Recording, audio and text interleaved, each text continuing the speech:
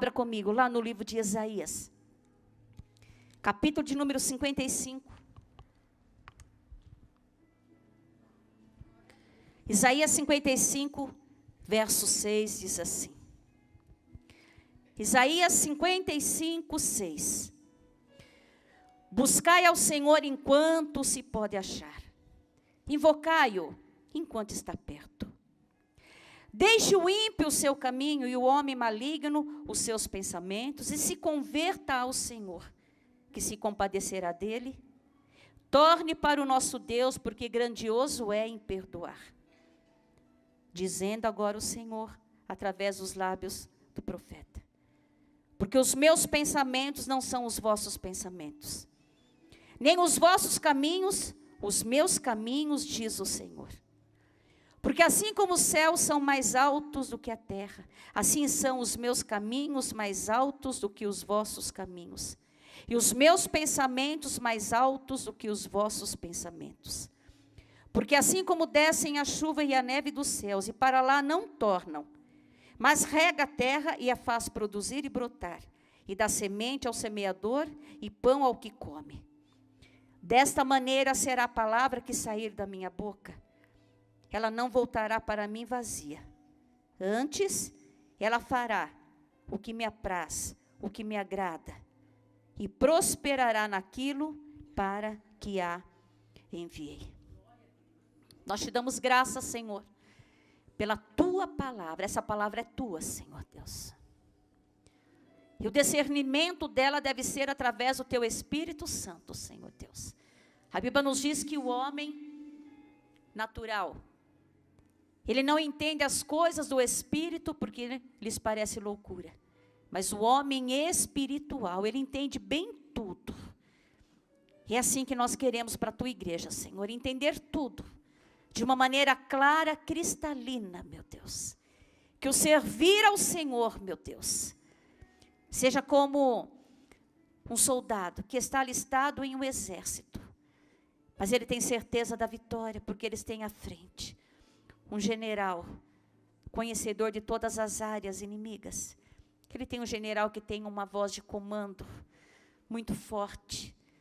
Assim é a tua igreja, Senhor. Fazemos parte deste exército. O Senhor é aquele que está à frente da tua igreja, Senhor. E é o Senhor que comanda este exército que vai morar no céu. Fala conosco, Senhor. Fala com a tua igreja. Assim nós oramos no nome de Jesus. Amém. Pode se assentar, amados irmãos.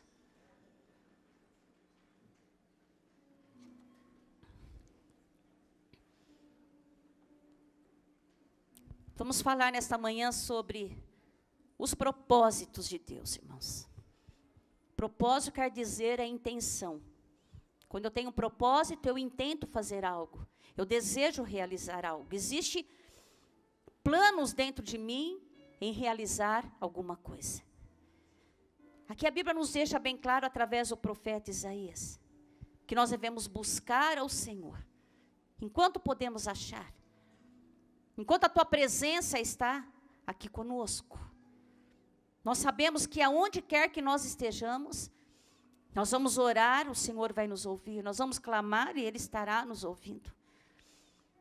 Nós acabamos de ler, deixando claro esse fato. Deus ouve aquele que está clamando, aquele que está buscando. Mas o Senhor diz também que os propósitos dEle, os planos dEle, os pensamentos dEle, muitas vezes, são diferentes daquilo que nós planejamos, daquilo que nós pensamos, e muitas vezes daquilo que nós queremos, irmãos.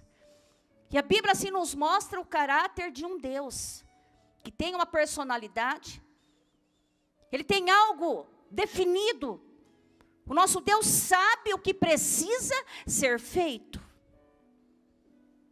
Deus sabe naquilo que Ele pode se inclinar e retroceder. Mas Ele sabe também naquilo que Ele tem que ser implacável, irredutível, que Ele não pode voltar atrás. Porque existe um propósito. E muitas vezes um propósito a qual eu e você, nós não conhecemos. Nós não conseguimos enxergar, dimensionar. nem aquilo que muitas vezes está a 30 metros diante de nós. Nós não temos este conhecimento, mas servimos a um Deus que é onipotente, Ele tem todo o poder. Ele é onipresente, Ele está em todos os lugares ao mesmo tempo. Ele é um Deus onisciente. Ele é conhecedor de todas as coisas. E é por isso que a nossa confiança deve estar totalmente nele e não duvidar daquilo que Ele faz, quando muitas vezes aquilo que Ele faz é contrário àquilo que nós queremos, é contrário ao nosso entendimento. Aqui na palavra ele diz assim, que assim como a palavra que sai da minha boca, ela não volta para mim vazia, antes ela fará o que me apraz, ela fará o que me agrada, ela fará e cumprirá o propósito para qual eu a enviei, e vai prosperar neste propósito. Isso quer dizer, vai ser feito, vai ser concluído, vai ser realizado. Quando nós conhecemos que esse Deus é um Deus de propósitos, é um Deus que fala para nós o sim, e é um Deus que fala para nós o não. E nós somos um povo. No decorrer da história da humanidade, nós vemos o povo, assim como nós, que nos alegramos muito quando o Senhor atende a nossa oração. Quando nós, por enxergar, muitas vezes até um determinado parâmetro, nós achamos que as coisas têm que ser dessa maneira, porque é o melhor para mim, já está construído, já tem uma estrutura. Deus, não permita que isso se rompa, não permita que isso se destrua. E muitas vezes nós oramos, nós clamamos, nós insistimos com Deus. Mas Deus é aquele, irmãos, que para o povo que ama Ele, para um povo que foi gerado e que nasceu através da palavra. Todos os propósitos de Deus são perfeitos e todas as coisas contribuem juntamente para o bem daqueles que amam a Deus e que são chamados segundo o seu decreto. Para este povo que ama o Senhor, nós temos que estar preparados para o sim e temos que estar preparados para o não. Deus tem planos, Deus tem propósitos específicos para cada momento, para cada circunstância, por cada dispensação dos séculos. Deus estabeleceu um propósito e Deus cumpriu o seu sim e cumpriu o seu não. Muitas vezes desagradando até aqueles que no primeiro momento não estavam entendendo o porquê que Deus estava dizendo um sim ou porquê Deus estava dizendo não. Mas aqueles que permaneceram na fé, irmãos, aqueles que tiveram a alegria de viver para poder contemplar que o propósito de Deus, que foi um não contrário àquilo que nós estávamos orando, aquilo que nós estávamos jejuando, aquilo que nós estávamos vivendo, muitos tiveram vida e tiveram a oportunidade de contemplar que o não de Deus foi a maior bênção que aconteceu para a sua casa, para a sua vida e para a sua família. A Bíblia nos fala a respeito de uma cidade, a qual Deus falou um sim para aquela cidade. A Bíblia nos fala que o clamor daquela cidade, a malícia daquela cidade chegou até Deus. Mas a bem da verdade, eu acredito que Deus já tinha um propósito de salvação para aquela nação. Mas Deus tinha um propósito também de mudar o coração de um profeta chamado Jonas. Um profeta escolhido por Deus, chamado para pregar o evangelho, mas que tinha talvez um lado do seu caráter que precisava ainda ser convertido. Ele tinha um caráter egoísta. Ele achava que por ele já ser salvo, ele ser escolhido de Deus, já bastava. Ele já tinha ouvido falar muito a respeito de Nínive, e sabia que Nínive, os seus moradores eram terríveis, eram homens promíscuos, violentos, sanguinários.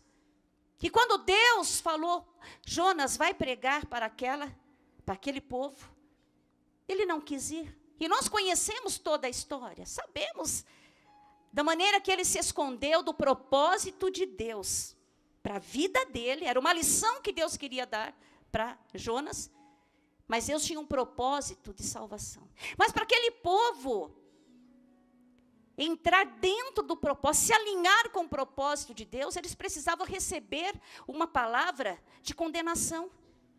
Qual era a mensagem que Jonas iria pregar para aquele povo? Não era uma mensagem dizendo a eles que eles poderiam permanecer naquele caminho. Não era uma mensagem que Deus estava se agradando deles, porque Deus, irmãos, ele tem um caráter. Deus, ele tem as suas atribuições pessoais que são invioláveis, são imutáveis. Deus é santo. Deus quer salvar um povo que também ame esse estado de santidade. Deus quer salvar um povo e quer que vá morar com Ele no céu, mas um povo que seja parecido com Ele, um povo separado deste mundo, como a Bíblia nos diz, que aquele que diz que ama a Deus, e ele se agrada com as coisas do mundo, tem amizade com as coisas do mundo, a Bíblia diz que ele é mentiroso, o amor de Deus não está nele. Então, Deus permite certas situações, há um propósito de Deus, para que se alinhe ao entendimento de que Deus é desta maneira, e não é Deus que tem que se ajustar aos caprichos, às vaidades do homem, é o homem que tem que se alinhar aos princípios da palavra de Deus. E quem quer, venha. Quem tem sede, beba. É quem quer, quem tem sede, quem deseja, quem entende. Não é forçado, não é imposto. Se é oferecido. A mensagem que Jonas teria que pregar era essa. Dentro de 40 dias, Nínive vai ser destruída. Por quê? Por causa do pecado, da malícia, quer dizer, a sensualidade, a promiscuidade, a pornografia, a violência. Tudo que existe nos dias de hoje, irmãos, e que estão sendo lançados como enxurrada sobre as nossas vidas, é o que sempre aconteceu no decorrer da história da humanidade. E são essas armas carnais que Satanás sempre vai usar para desviar o homem do caminho santo, do caminho reto. Por fim, Jonas foi e pregou. E quando ele pregou, irmão, aquele povo se converteu. A Bíblia nos diz que eles creram na mensagem que Jonas pregou. Eles apregoaram um jejum. Crianças, animais, todos deveriam jejuar. Porque eles diziam assim, quem sabe Deus vai se arrepender desta palavra. Eles sentiram o peso da palavra, irmãos. O peso da palavra. Daqui 40 dias, dentro de 40 dias, Nínive vai ser subvertida. 40 dias era o tempo que eles tinham para chorar, para se arrepender, para tentar mudar o coração de Deus. Sabe quando você tenta convencer uma pessoa de que, me dá outra chance? Irmãos, arrependimento é isso. O arrependimento é você estar diante de uma pessoa que tem o poder, um poder de decisão. É como uma dívida que você deve para alguém. E aquela pessoa tem o poder de dizer, a dívida está perdoada. Ou ela também tem o poder de dizer, não, eu quero receber o que você me deve. Quando nós estamos diante de alguém que tem como que a vida da gente nas mãos dela, irmãos, a gente apela. Sabe para quê? Para tentar convencer aquela pessoa a mudar de ideia. Com certeza, este povo de Nínive, a Bíblia nos diz que eles se vestiram de saco, num ato de humilhação. Jejuaram, acreditaram piamente na palavra do profeta, e com certeza um falava com o outro. Eu imagino um grande mover naquele lugar, irmãos. Pessoas visitando uns aos outros, dizendo: vamos entrar em oração. Vamos pedir a Deus para que nos dê uma outra chance. Vamos pedir a Deus para que nos dê uma nova oportunidade. Vamos falar a Ele que aquilo que eu fazia eu não vou fazer mais. Vamos falar a Ele que nós vamos jogar fora todos os ídolos. Vamos mudar o coração de Deus. Se Ele ver em nós arrependimento. Irmãos, eu não sei qual foi a oração daquele povo, mas o que aconteceu é que eles creram na palavra do profeta. Proclamaram o jejum. E a Bíblia nos diz que Deus se arrependeu do mal que havia dito fazer e não fez mais. Foi um propósito de Deus. Deus ali mudou, porque na bem da verdade, eu entendo que não é que Deus mudou naquele momento. Deus já tinha um propósito de salvação. E Deus, na sua onisciência, Deus sabia que aquele povo iria voltar atrás. Deus sabia que aquele povo precisava apenas de que alguém pregasse a verdade para eles, irmãos. Aquele povo se arrependeu. Pode-se dizer que Deus disse sim para aquele povo. Com certeza, eles se alegraram muito. Eu posso imaginar, quando passou os 40 dias, não houve destruição, não houve morte. As famílias novamente se reuniram. Com certeza mudaram os seus hábitos dentro de casa. Mudaram os seus hábitos com a sociedade. Quem sabe se proclamou novos decretos para aquela cidade. Não sei o que aconteceu, mas houve mudança, irmãos. Isso quer dizer que neste propósito de Deus, onde o povo clamou, orou, chorou, Deus disse sim. Nós estamos, muitas vezes, com o nosso psicológico preparado para sempre ouvirmos um sim de Deus. Diante de uma enfermidade, diante de certas situações, onde Deus vai fazer, Deus vai operar, e é o que nós queremos, é o que nós esperamos. Mas nós não podemos deixar também, irmãos, de preparar a igreja, para que a igreja seja uma igreja madura, uma igreja conhecedora de quem é o Deus, que é o Senhor desta igreja. O Deus que enviou Jesus Cristo para ser o nosso Salvador. Esse Deus, nos seus propósitos imutáveis, irreversíveis. Muitas vezes de se trazer a salvação. Muitas vezes para se trazer a cura. Muitas vezes Deus precisa falar um não. E todas as vezes, onde Deus falou um não, para situações onde um povo estava clamando, um povo estava orando, um povo estava pedindo, não foi um não porque Deus não os amava, não foi um não porque Deus não queria abençoá-los, mas foi um não porque o não seria a maneira correta dos planos do Senhor se realizar, irmãos. A Bíblia nos fala a respeito de Davi. Davi pecou conscientemente. Abismo chama abismo, pecado chama pecado, atrai o pecado. Davi não foi para a guerra quando teria que ir. Já estava acostumado, vamos assim dizer, com o sim de Deus. Deus dava grandes vitórias para a nação de Israel por amor a Davi. Ele sabia que ele era um homem abençoado. Mas só que ele se esqueceu que ele não poderia jamais baixar guarda. Não por causa de Deus, mas por causa do inimigo das nossas almas. Que a Bíblia nos diz que ele fica ao nosso derredor, bramando como leão, buscando a quem possa tragar. Nós nos cansamos em muitas situações, irmãos, mas Satanás não se cansa, porque ele não tem um corpo para se cansar.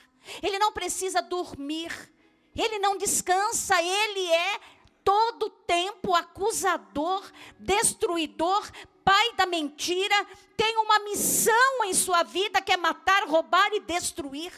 E muitas vezes nós nos esquecemos disso. Davi se esqueceu. Deixou de ir aonde teria que ter ido. Olhou para aquilo que não era para ter olhado.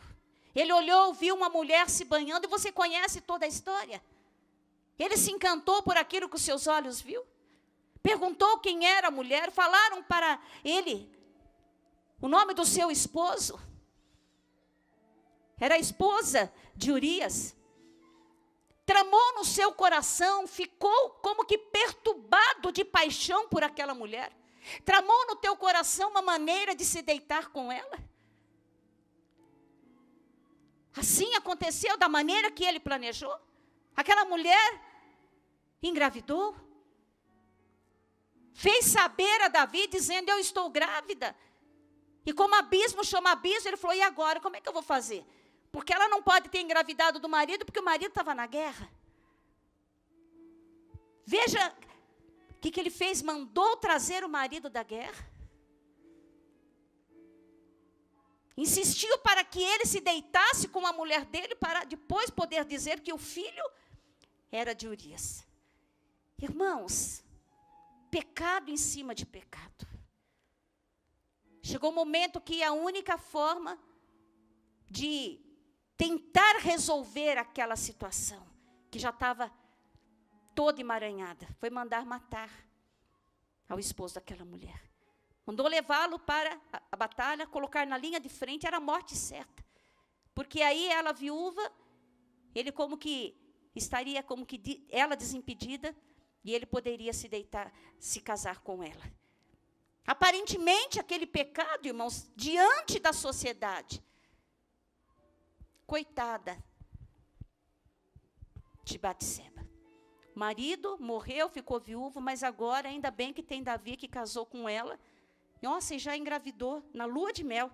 Foi mais ou menos essa história que rolou. Aparentemente, a moral de Davi, irmãos, não foi prejudicado, porque ele armou uma situação. Mas a Bíblia nos diz que esse ato desagradou sumamente ao Senhor. Deus viu o que ele havia feito. E Deus enviou um profeta para falar com ele. O profeta fala com ele. Ele totalmente na carne, insensível, indiferente. Natan fala com ele através de uma parábola. E falando com ele, o que você faria, Davi, se você soubesse, como se tivesse um fazendeiro que tem muitas ovelhas, daqui a pouco ele recebe um visitante, em vez de ele oferecer uma das suas ovelhas para o visitante, ele vai e rouba uma ovelha daquele que só tinha uma ovelha. Aí Davi fala, nossa, esse homem é justo, ele é digno de pena, ele tem que morrer. E o profeta fala, esse homem é você, Davi. Foi você que fez isso. Você já não tem tantas riquezas, uma reputação excelente. Você tem esposas, concubinas. Por que você foi tomar a esposa de Urias? A única esposa que ele tinha. E a Bíblia nos diz, irmãos, que quando o profeta falou isso, ele disse, eu pequei contra o Senhor. Ele entendeu. A Bíblia nos diz que o profeta disse, o teu pecado foi transpassado. Quer dizer, você não vai morrer. O seu arrependimento, Deus está vendo que foi genuíno, foi verdadeiro. Mas a criança que vai nascer, essa criança vai morrer. Depois você vai lendo a palavra. A Bíblia não diz exatamente a idade da criança, mas diz que a criança adoeceu. E quando essa criança adoeceu, irmãos, com certeza, Davi sabia o que Deus havia dito. E eu acredito que Davi, quando soube que a criança estava doente, ele começou a orar, começou a jejuar, se vestiu de pano de saco, num ato de humilhação. E o que ele estava pedindo a Deus, irmãos? Ele estava pedindo a Deus que a criança ficasse curada. Como que dizendo, Senhor, eu já me arrependi. O profeta foi falar comigo, eu já entendi que eu fui este homem. Mas, irmãos, Deus não voltou atrás. A Bíblia nos diz que os criados da casa viram que Davi não se alimentava, só ficava prostrado, só ficava chorando, só ficava orando. E a Bíblia nos diz que no 7º dia que a criança estava enferma, a criança morreu. E quando a criança morreu, eles falaram: como que vamos falar para Davi? Porque a criança estando viva, ele já está nesse estado, e se nós formos falar que morreu, como é que ele vai ficar? E a Bíblia nos diz que Davi, ouvindo que eles estavam falando baixinho, perguntou: a criança está morta? E eles falaram: sim, a criança morreu. A Bíblia nos diz que Davi se levantou, mandou arrumar as suas roupas, tomou um banho, mandou trazer comida. E ele disse: orando eu acreditava que Deus poderia curá-la. Mas se o Senhor assim a recolheu, eu sei que ela não vai poder vir até mim. Mas eu sei que um dia eu vou até ela. E a Bíblia nos diz que Davi adorou ao Senhor. Como que é difícil nós falarmos daquilo que Deus fez, porque Ele disse um não, irmãos. A Bíblia nos fala também de Jó, que foi perdendo tudo. Jó, que era um homem íntegro, correto. A Bíblia nos diz que ele se desviava do mal, quer dizer, era um homem que procurava andar de uma maneira que não trouxesse escândalo a ninguém. Todos que olhavam para Jó diziam: um homem de Deus. É um exemplo. Não tem nada que denigra a sua imagem de homem de Deus. Jó não sabia, mas houve um diálogo entre Satanás e Deus. E o próprio Deus falou: está vendo o meu servo Jó? Homem íntegro, correto, se desvia do mal. E Jó diz assim, e Satanás diz assim: mas ele faz isso porque o Senhor o abençoa. E tudo que ele faz prospera. Irmãos, como que é importante eu e você pedir para nós: Senhor, me abençoe no meu trabalho. Me abençoe, meu Deus, nos meus negócios. Deus, me abençoe na criação dos meus filhos.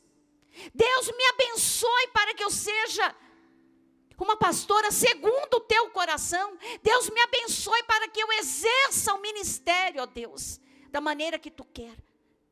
Satanás disse, irmão, foi Satanás que disse que Jó era bom, íntegro, correto, era porque Deus o abençoava. Satanás, ele viu e ele disse: Deus o abençoa. É importante, irmão, nós desejarmos sermos abençoados ao ponto que Satanás olhe e diga assim: eu não posso tocar nas finanças, porque ele é abençoado do Senhor. Eu não posso tocar nesta área da vida, porque ele é abençoado. E se somos abençoados, é porque Deus vê em nós, irmãos, fidelidade, lealdade e desejo de ser um homem, uma mulher, segundo o coração dele.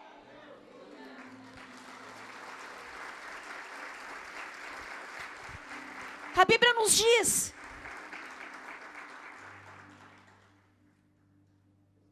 que Satanás disse a Deus: ele é muito abençoado. Toca em tudo que ele tem para ver se ele não vai deixar de ser íntegro, correto, justo e se desvia do mal. E você sabe da história. Lá na tua casa você lê versículo por versículo. E Deus diz: toca em tudo, só não toca na sua alma. E assim foi, irmãos. A Bíblia nos fala que Jó, ele perdeu o seu gado, seus bois, suas jumentas. Eu posso imaginar que quando aconteceu isso, depois foram roubados os seus camelos. Irmãos, Jó era um homem de Deus, com certeza. Se ele já orava, ele intensificou a oração. Não é assim que a gente faz?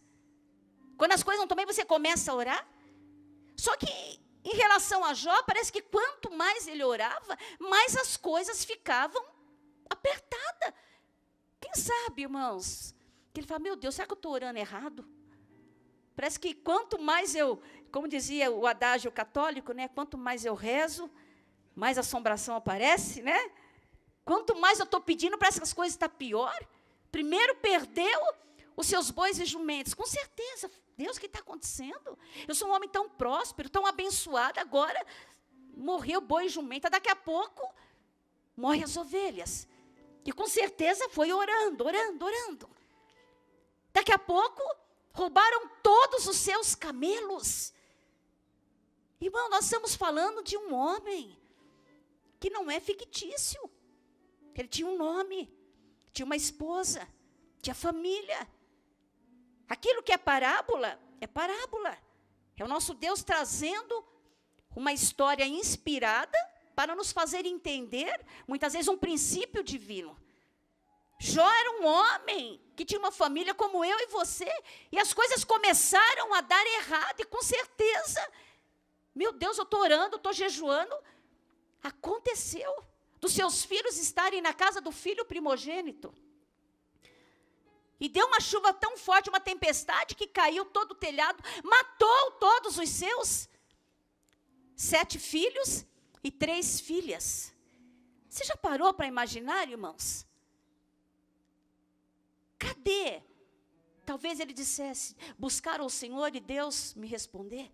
Parece que Deus não está me respondendo, parece que quanto mais eu oro, mais as coisas estão dando para trás. Era um não de Deus, irmãos. Não era falta de oração. É que Deus tinha um propósito que Jó não conhecia o propósito de Deus. Tem propósito que nós não enxergamos, porque está nos planos de Deus, e o tempo vai mostrar que os planos de Deus, a vontade de Deus é sempre boa, perfeita e agradável. Jó não estava vendo tamanho sofrimento. Chegou um momento que o seu casamento também entrou em crise, porque ele foi acometido de uma enfermidade no seu corpo. A sua pele começou como que se encher, como que de feridas que os seus amigos de longe viam ele se coçar com cacos de telha, irmãos. Era uma visualização terrível. Era uma cena terrível o que acontecia com Jó. A sua esposa, num ato de desespero, como qualquer pessoa humana, talvez dizendo, eu não aguento mais te ver.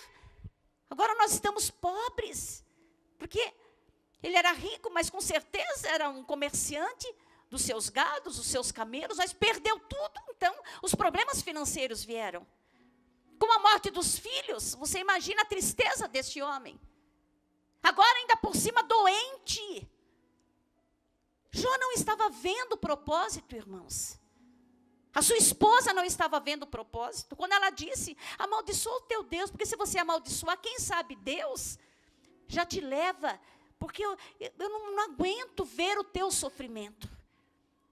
Mas em tudo, irmãos, Jó dizia para aquela mulher, lembre-se, Jó era um homem que foi aprovado diante de Deus pelo seu caráter, irmãos. E tudo aquilo que Jó estava suportando, não era porque ele era forte, é porque Deus queria mostrar para Satanás que Deus é aquele que levanta, mas Deus é aquele que sustenta no momento da aprovação. Deus jamais iria permitir que Jó sofresse tudo que ele sofreu, irmãos, ao ponto de abandonar a fé, ao ponto de não ser honrado. Deus esteve ao lado de Jó o tempo todo. E a Bíblia nos diz que em nenhum momento Jó pecou contra Deus. E se você for lá no capítulo de número 42, você vai ver o momento onde Deus reverte todo este quadro, irmãos. Tudo aquilo que Jó tinha, Deus reverteu agora em dobro. A sua saúde foi restaurada. Os seus gados, aquilo que talvez ele conseguiu anos e anos e anos para juntar a sua riqueza, a sua fortuna, Em pouco tempo ele se tornou muito mais rico do que ele era. Sabe por quê? Porque todos os seus amigos, Deus colocou no coração de cada um deles. Quando você for visitar Jó agora, porque ele está sendo restaurado daquela enfermidade, você vai e você leva presentes. Você leva ouro, você leva prata, você leva bens. E a Bíblia nos diz que todos que iam visitar a Jó levavam uma peça de ouro, uma peça de prata. Isso quer dizer, irmãos, aquele homem adquiriu um patrimônio, porque novamente ele pôde comprar outros animais, pôde comprar gado. A Bíblia nos diz, e eu acredito que seja com a mesma esposa, que o seu casamento foi restaurado, e depois ele ainda teve outros filhos e meninas, mulheres tão belas, que nos diz que não se viam mulheres tão belas como as filhas de Jó. Num novo estado, numa nova situação. Num primeiro momento, Deus falou não, não, não, não, não, não, não. Mas havia um propósito. Deus queria mostrar para Satanás que Jó era fiel, não porque ele tinha dinheiro, não porque ele tinha prestígio, mas Jó era fiel, porque ele amava ao Senhor e amava a sua lei. Houve restauração, mas primeiramente foi um grande não. Pode-se dizer que os propósitos de Deus, irmãos, foi falar não para Jesus também, quando ele estava lá no Getsêmani. A Bíblia nos fala que Jesus, antes da sua crucificação, ele foi orar lá no Getsêmani. E orou com tanta intensidade, que a Bíblia nos diz, que o suor do seu rosto se transformou em grandes gotas de sangue. Um anjo o consolava, o confortava. E a oração de Jesus: Pai, passa de mim este cálice. A vontade dele era dizer: Senhor, se tiver uma outra maneira da humanidade ser salva, se houver um outro recurso, se houver um outro caminho, Senhor, passa de mim este momento. Porque o sofrimento de Jesus foi um sofrimento que somente a natureza divina que poderia suportar estando em um corpo humano, irmãos. Jesus estava em um corpo humano, mas o corpo humano não seria capaz de suportar os flagelos, o sofrimento de Jesus. Mas ele foi sustentado pela sua natureza divina, irmãos, que fez com que ele fosse vitorioso até o fim. No momento em que Jesus disse: se for possível, passa de mim. Ele orou dizendo: Senhor, eu não quero este momento. Tem uma outra maneira? E sabe qual foi o não de Deus, irmãos? Foi o silêncio. Deus não respondeu. Não respondeu e as coisas prosseguiram para o propósito de Deus. Qual era o propósito de Deus? Chegar na cruz. Ser crucificado. Permitir que o próprio Jesus, olhando ao redor e vendo que tudo que havia sido dito a respeito dele, através dos salmos, através dos profetas, tudo havia se cumprido, e quando viu que tudo estava pronto, os 12 lá estavam, mas tinha já até um substituto lá, para aquele que seria o traidor, Judas. Quando olhando tudo, ele dissesse: está consumado, está feito, agora eu posso entregar o Espírito. Não é que foi tomado o Espírito. Ele entregou. Jesus disse: ninguém tira a minha vida de mim. Eu mesma a dou. Ele entregou, irmãos, está pronto. A salvação já está garantida. Aí Francisco Morato vai nascer uma igreja forte, poderosa. Que quando ouvir falar daquilo que eu fiz, ela vai se alegrar. Quando ela ouvir a mensagem de que breve eu voltarei para levar a minha igreja, vai haver louvores, vai haver aleluias, vai haver glória a Deus. Cristo fez isso, igreja.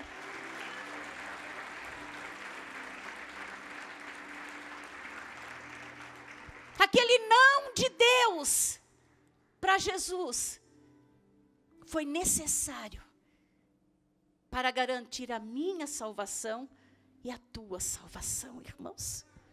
O não do Senhor para propósitos elevados, irmãos. Qual o propósito do Senhor para a nossa nação brasileira? Será um sim a tantas orações, a tantos jejuns, a tantos clamores? Ou vai ser um não? Temos que estar preparados para o propósito de Deus, irmãos.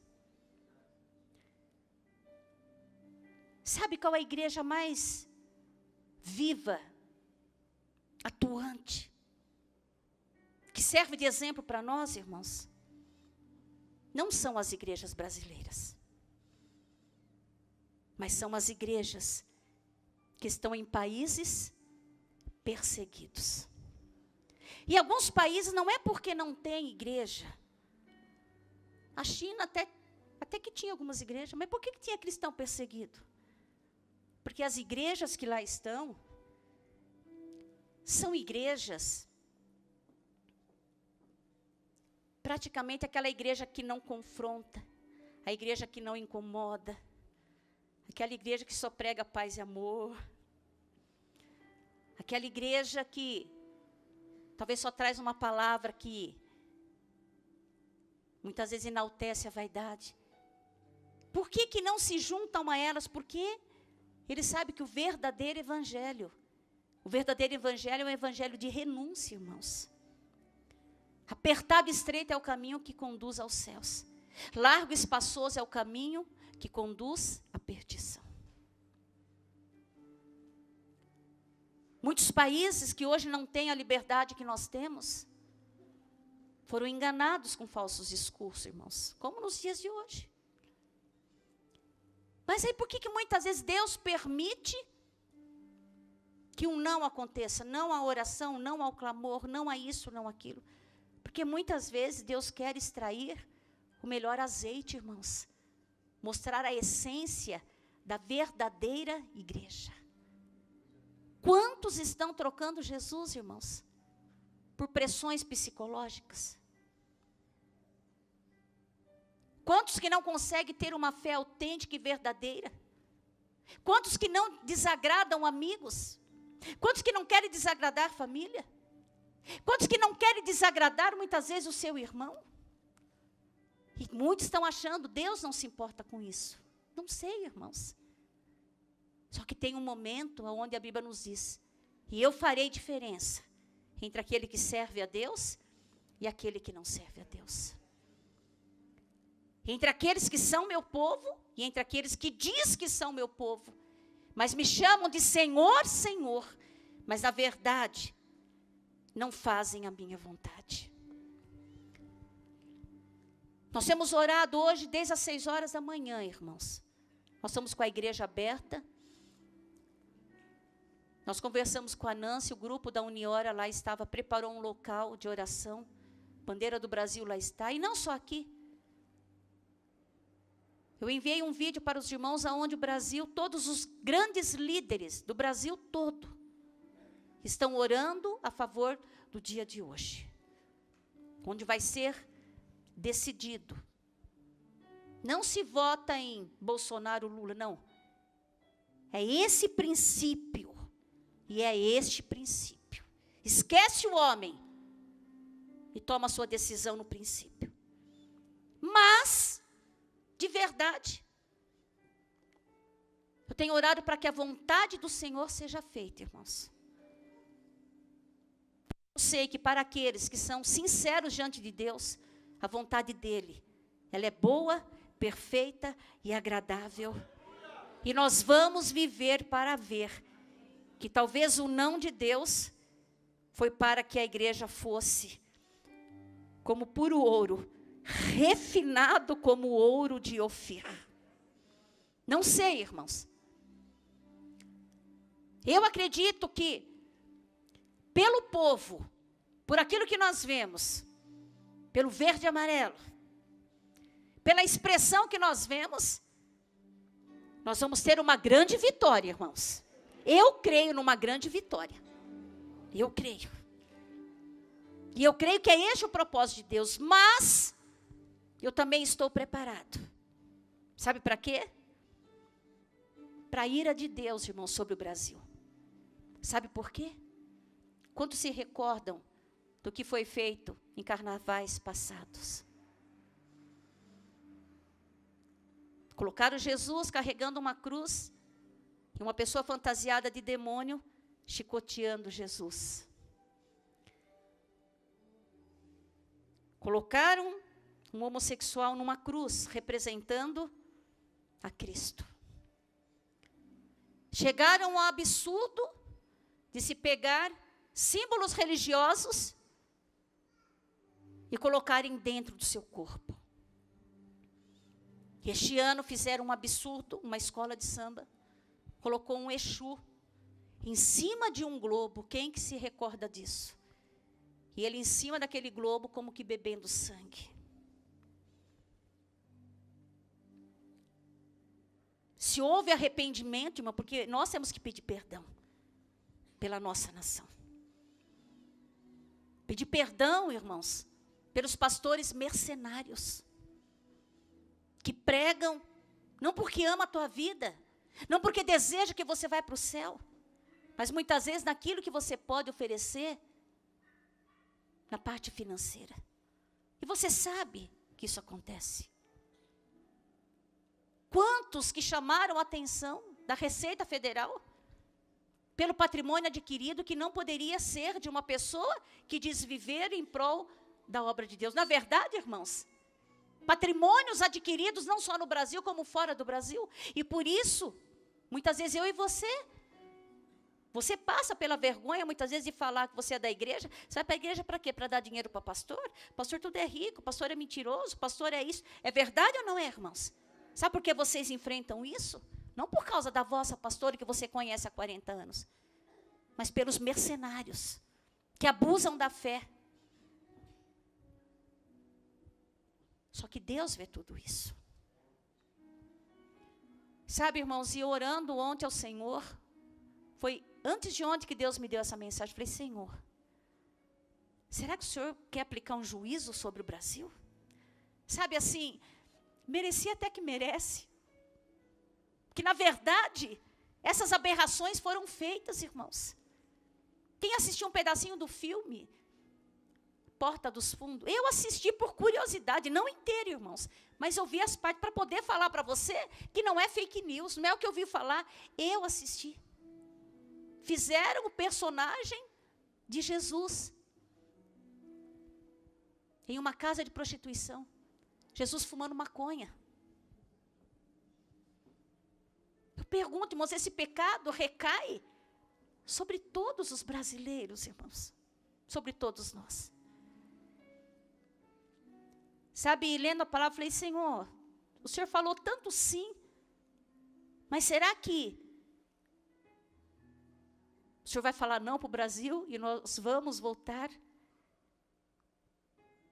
a viver de um lado aonde quem é convertido sabe que vai ser um período de opressão. Mas será que também vai ser o momento de ser extraído o puro azeite e não mais sermos confundidos com aqueles que estão na igreja, que diz que é crente, mas não é, irmãos? Envergonha o evangelho. É crente, mas quer estar no mundo, quer estar na igreja. Será que talvez não vai ser esse momento? Não sei, irmãos. O que eu sei é que eu, como pastor, estou preparado para o sim e para o não. E é meu dever te preparar também, irmãos. Caso contrário, não seja aquilo que nós estamos professando, cantando. Agora, uma coisa é certa. Independente do resultado, aqueles que são sinceros diante de Deus, têm uma promessa sobre você. O inferno não vai prevalecer. Tem uma promessa, eu sustento a vida daqueles que são meus. Tem uma promessa sobre as nossas vidas, irmãos.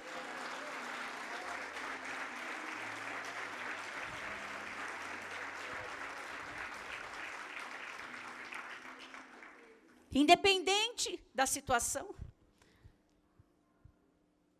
Uma pessoa disse assim, pastor, e se eles fraudarem as urnas? Eu falei, a única maneira. Porque se for pelo povo, primeiro turno, pelo povo. Mas se Deus falar assim, eu não quero fazer a vontade do povo. porque eu tenho que tratar, eu tenho uma ira. Mas o meu povo, descansa, igreja. Vocês são a menina dos meus olhos. Descansa, igreja. Nenhum mal te sucederá, nem praga alguma vai chegar na tua casa.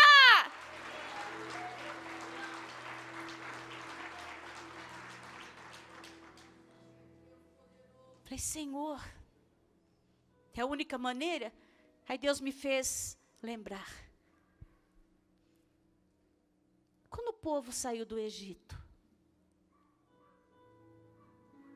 quem que amoleceu o coração de Faraó para que ele deixasse o povo sair? Foi o Senhor, pois é. E depois, quando eles estavam lá na frente, todos felizes, quem que endureceu o coração de Faraó para que Faraó corresse atrás deles? Foi o Senhor, Deus. Então, eu endureci o coração de Faraó para deixar o povo ir. Eu amoleci o coração de Faraó para que tomasse as decisões. Para quê? Porque eu queria abrir o mar vermelho. Eu queria que eles vissem a gigantesca força desse Deus. Quão maravilhoso é o Deus que nós servimos, irmãos. Deus de maravilhas, Deus de milagres, Deus que tem poder de mexer com a força da natureza.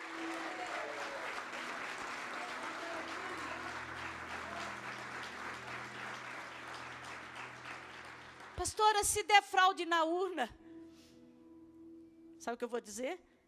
Era a única maneira de Deus cumprir o propósito. Porque se não fosse dessa maneira, o povo iria ter uma grande vitória, que podemos ter. Agora, se os propósitos de Deus são outros, irmãos, você pode dizer, louvado seja o nome do Senhor. Ou para o sim de Deus, ou para o não de Deus, louvado, engrandecido é o nome do Senhor. Eu não sirvo a Ele porque Ele só fala assim para mim, não. Eu sirvo ao Senhor porque os propósitos dEle, os pensamentos dEle, os caminhos dEle são bem melhores e mais altos, mais elevados que o nosso. Fica de pé em nome de Jesus. Pode aplaudir ao Senhor. Para nós encerrarmos, irmãos, abra comigo em Salmos 18. Salmos 18, 30.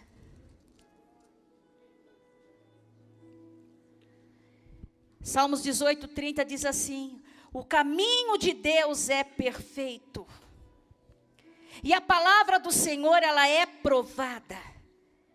Ela é um escudo. Fala para quem está do teu lado, a palavra de Deus é um escudo. Para todos os que nele confiam. Descansa no Senhor, igreja.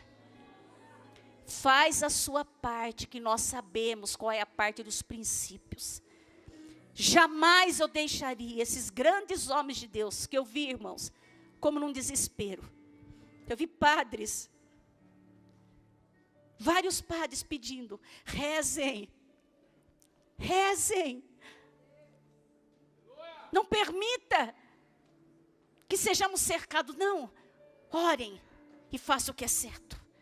Nós jamais podemos deixar os pastores, Edir Macedo, pastor Renê Terra Nova, pastor Mário de Oliveira, pastor João Ribe Palharim, todos os grandes líderes, Hernanes Dias Lopes, todos dizendo, vamos estar do lado dos princípios. Vamos. Não podemos deixar eles sozinhos, irmãos. E vamos.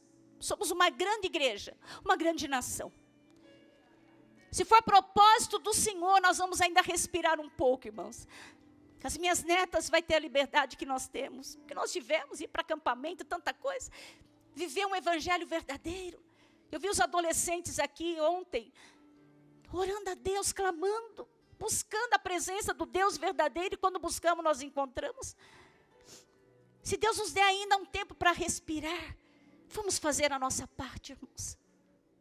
Mas, se foi o tempo de Deus dizer chega, falsos pastores, igreja fria, apostasia, pecado na igreja, me envergonhando diante de situações que eu poderia ser honrado, falsos mestres, promiscuidade, abominação. Se for o não de Deus, irmãos, a vontade dele é perfeita. Romanos 8, 28, que nos diz assim: porque todas as coisas contribuem juntamente para o bem daqueles que amam a Deus e que são chamados segundo o seu propósito, o seu decreto. Hoje é dia de falar para o Senhor: Senhor, independentemente qual for a sua decisão, eu vou fazer a minha, porque eu sou crente, eu tenho uma identidade, eu amo te servir, e eu quero que os meus filhos, eu digo, que as minhas netas, que os meus genros que chegaram depois de mim na caminhada cristã, que vivam toda a intensidade do evangelho, irmãos. Mas o Senhor tem outros propósitos, Senhor. Bendito é o nome do Senhor.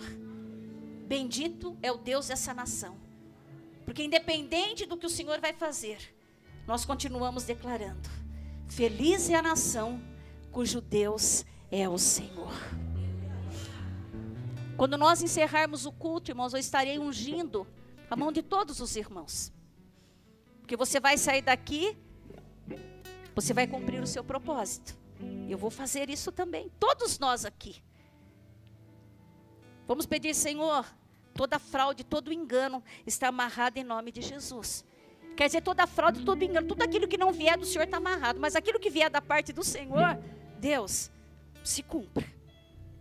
Porque é dessa maneira que nós vamos contemplar, irmãos, o quão maravilhoso, o quão grande é o nosso Deus.